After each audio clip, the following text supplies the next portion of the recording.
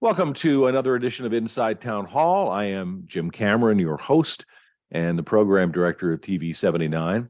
And this is a program where we interview the folks inside Town Hall who help make town government operate. And our guest today on the program, first-time guest, is Tony Homicki, who is the town tax assessor. It's good to have you on the program. Welcome, Jim. It's good to talk to you again. Thanks. Let's talk, before we talk about your job, let's talk a little bit about your background.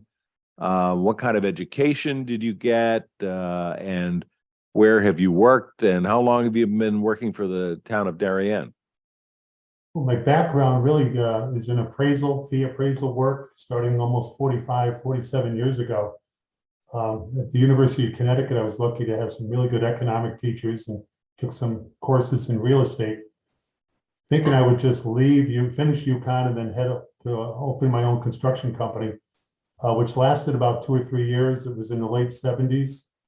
And I took a temporary job with the city of Hartford, having my real estate appraisal license in the tax assessor's office, and enjoyed all the finance issues that were going on with the city.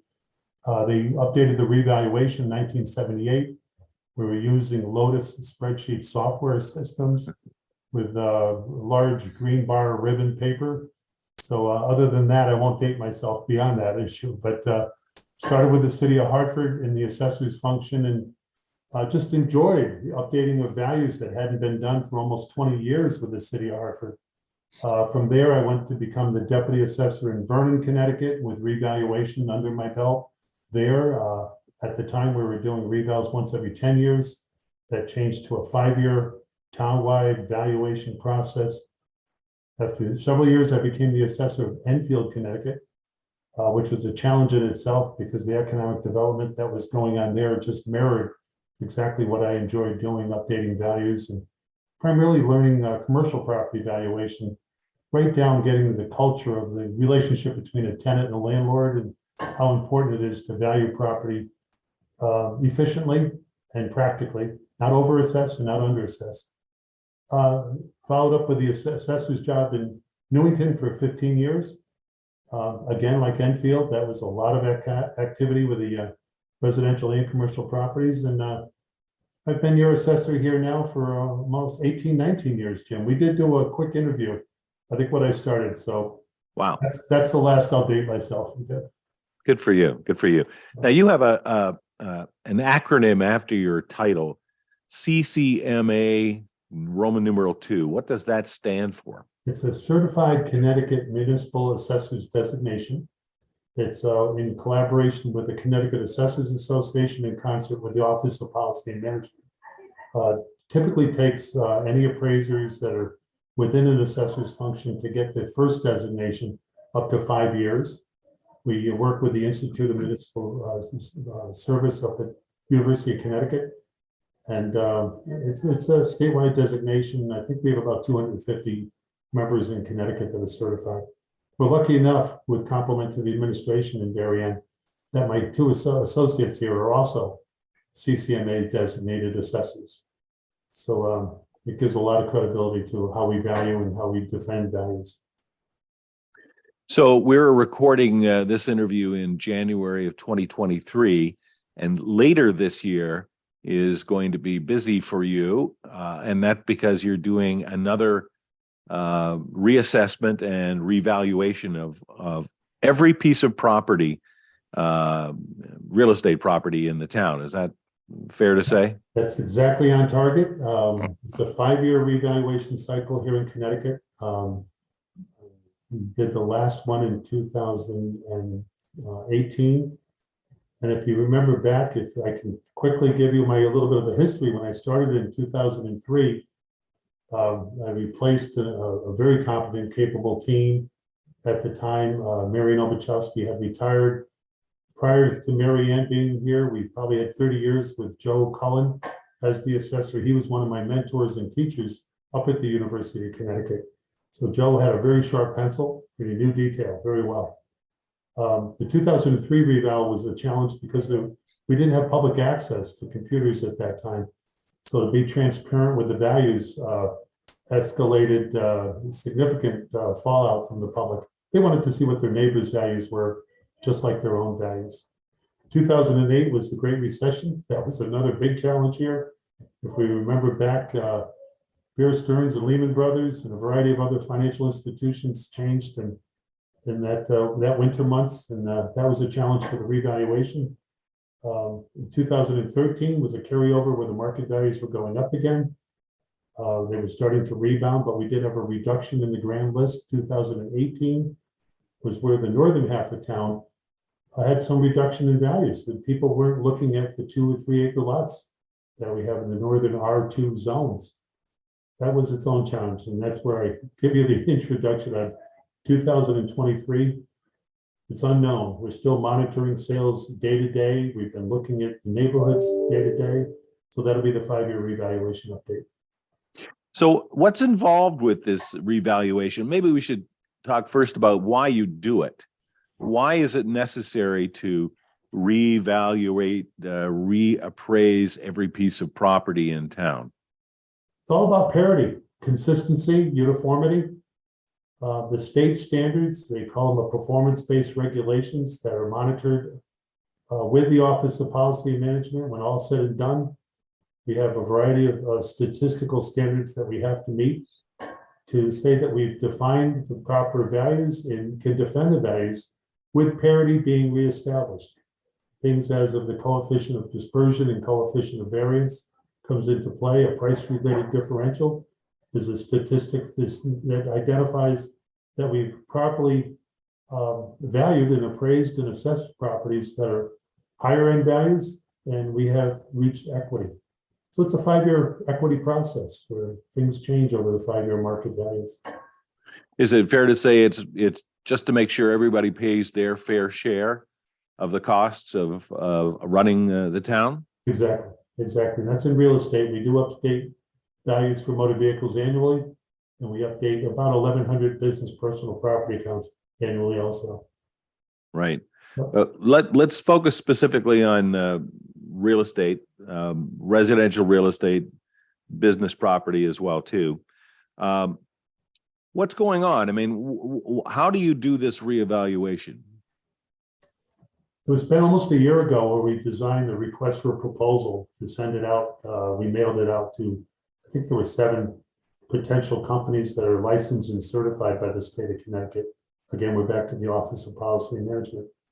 I received 5 inquiries. We received, I think, 3 bids total. And the lowest bid with the most competent detail was Tyler Technologies. They're a mass appraisal company, which is a little different than fee appraisal work.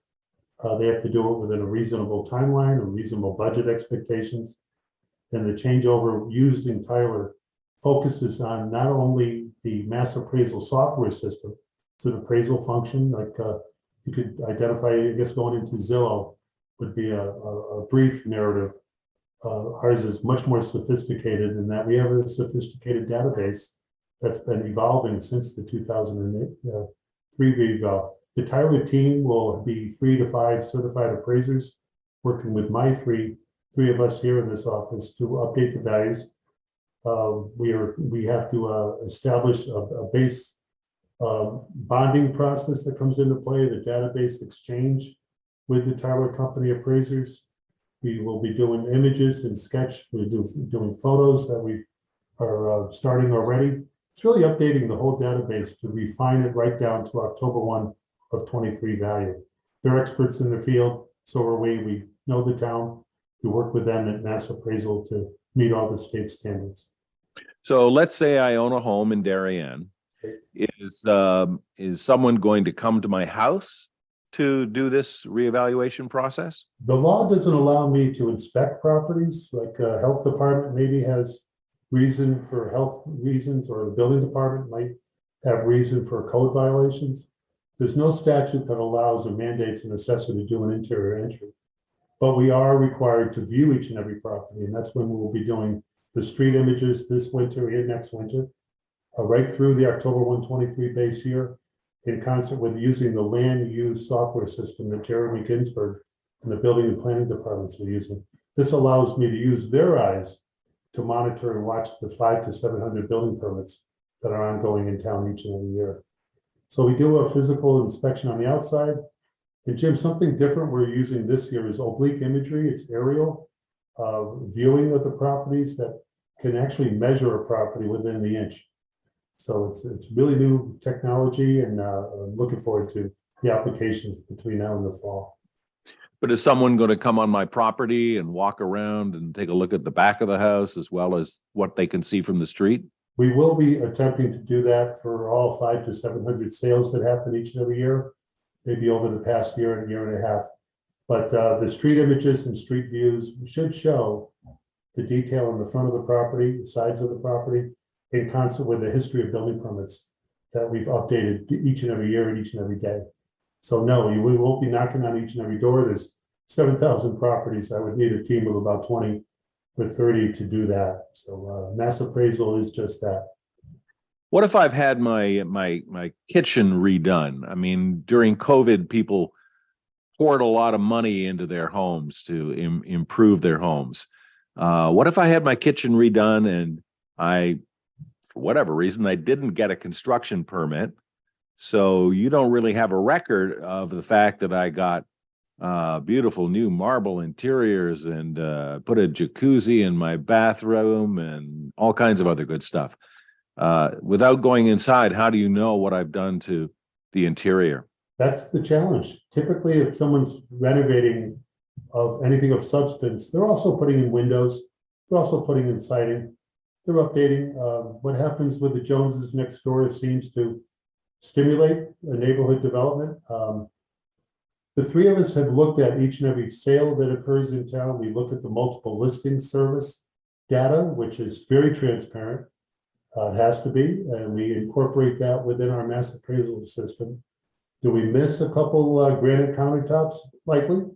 But overall, I'm comfortable to say that based on the performance-based statistical standards that the state requires, we're nailing it pretty good right now. We're monitoring and watching construction activity, which, as you mentioned, the pandemic was unprecedented during the pandemic. The biggest grand list growth we had was 2 years ago with the pandemic, and we continue to see that type of construction activity.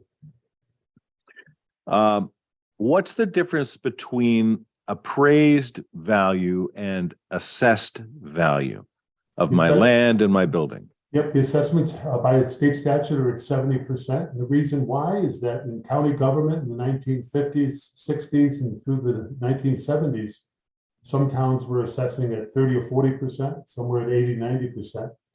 The legislature decided to nail it all at 70% once every 5 years. So that's where the assessments have always remained since. It's just statutory mandate.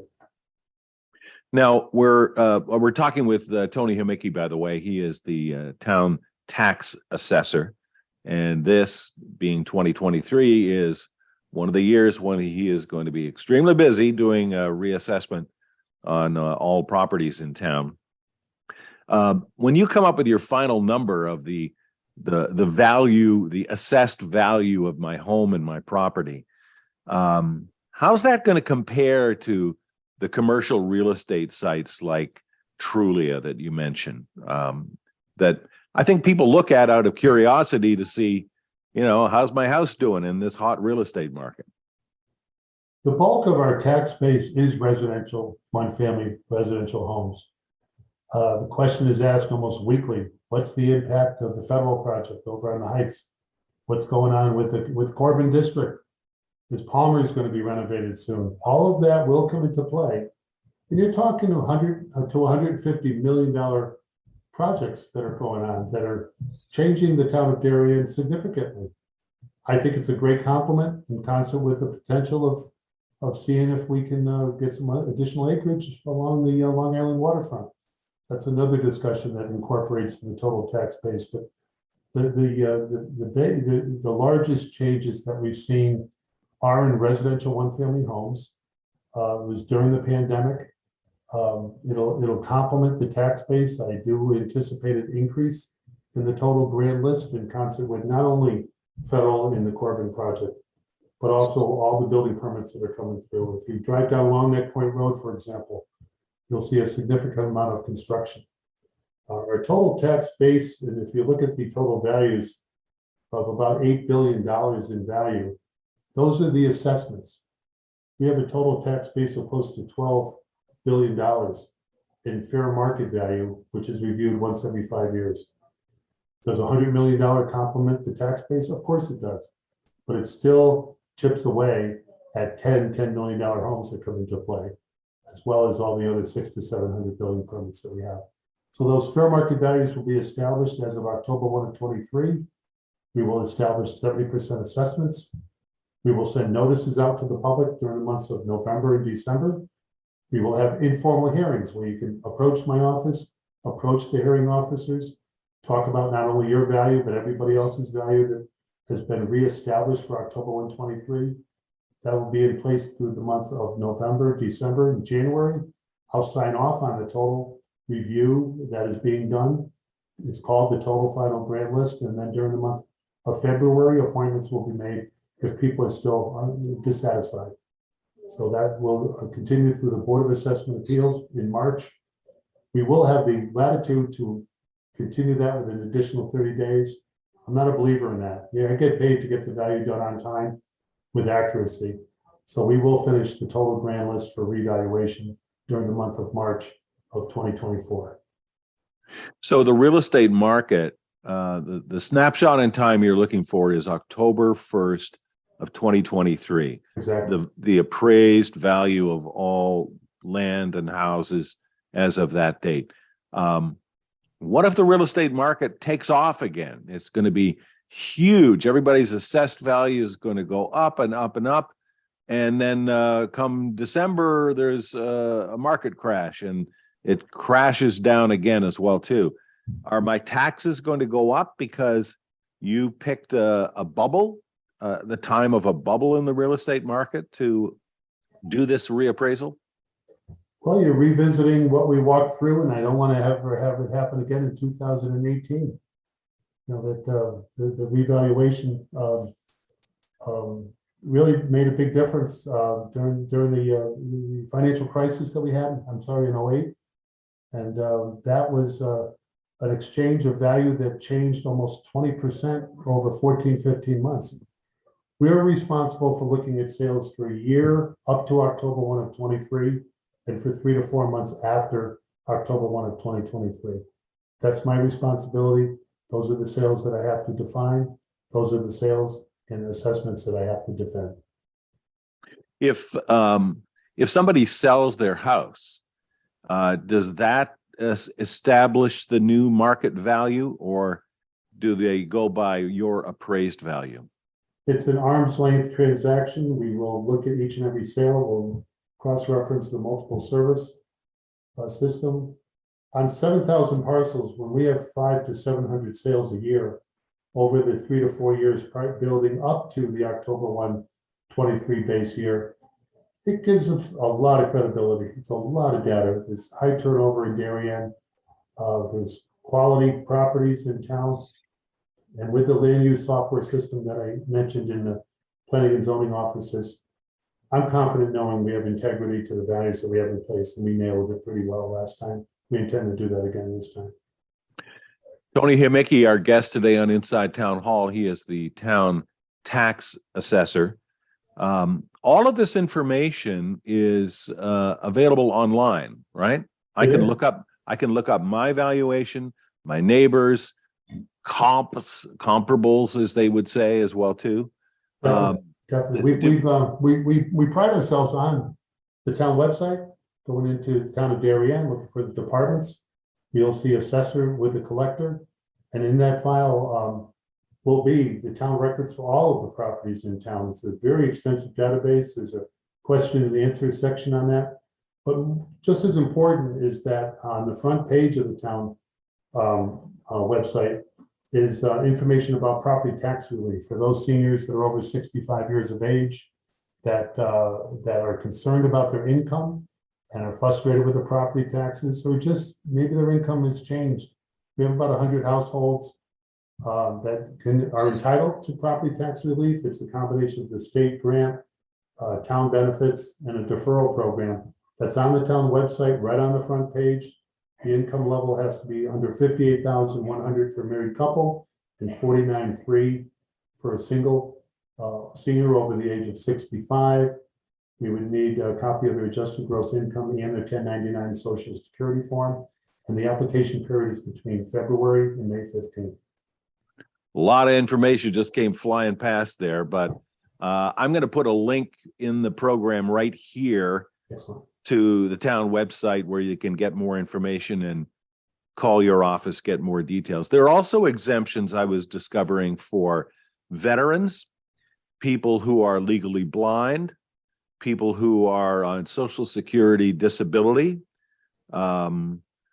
members of the armed forces who are serving overseas and not driving their car around, so they don't have to pay a tax on that as well too. Specially adapted motor vehicles with people who may not have full mobility as well too. And all that information I gleaned, as anybody else could, from the town website as well too. But I want to go back to the question about all of this information being transparent. I think when this was first proposed, there was some nervousness and anxiety that, oh, my privacy is going to be violated.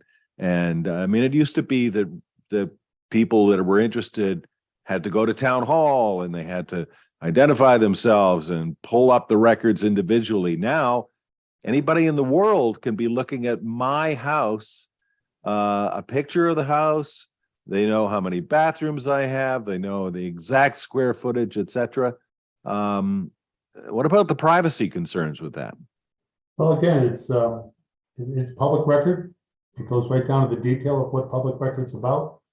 If you go into Zillow, if you go into MapGeo, we have a variety of software systems that give us accuracy and the integrity of the property. But it only goes so far. We don't go behind the properties on our records, but you might get that in a variety of geomap systems, software systems that are all public record. It's tough to go so far, but to Google Jim Cameron and get the history of Jim Cameron is always interesting for me to see on where Jim's been and what he's doing. So Google the guy next door. It's just part of the world we're in right now. Well, I guess that's one of the reasons you want to make it public, so people could look at, not just out of curiosity about their neighbors' values, but look at houses that are pretty close to their own in design and size of lot and see what their assessed value is versus what you've assigned to me and say, this doesn't seem fair. And I guess that's the kind of information people come armed with when they come down to do their informal hearings. Exactly right. Yeah, we'll have everything available for the public, but even before they come to the informal hearings, we'll have a lot of data online. It'll be showing the old values and the new values, so if people want to look at the ratio changes within the neighborhood. But all that will be in concert with 500 to 700 sales over a 15 to 17 month timeline. So we're going to try to expose as much as we can so that people are comfortable with the assessments that are finalized. You mentioned the many developments that are going on in town, the federated property, the federal properties at Norotan Heights, whatever the Palmers are going to be doing with their property, the Corbin District as well too. And when those were being debated, I think there was the expectation or the hope that their increased value might also help decrease individuals' taxes, because they will be responsible for more of the total piece of the town tax base. But if those projects aren't done, how do you assess a value to them while they're in the process of being, built? That's part of the annual process of watching these 500 to 700 building permits. My assistant and I will be going out. We have gone out and photographed as these projects are ongoing, almost monthly. And we've updated the value on a percent complete for October 1 of 21, October 1 of 22 is 40 to 50%, October 1 of 23.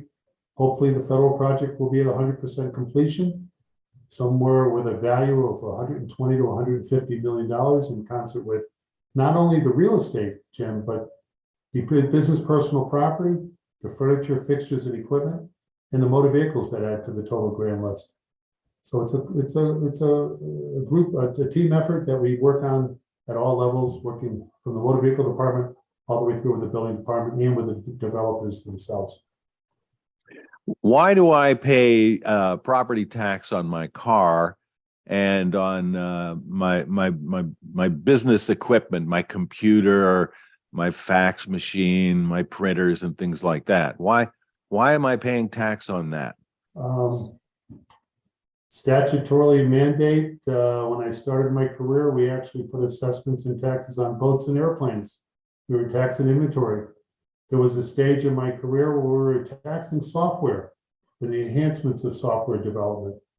That reached the Supreme Court, and then in concert with things that were changing economically nationwide, the statutes were changed. Manufacturing equipment is something that was significantly taxed and was a large part of many tax bases. That's pretty much been watered down to zero.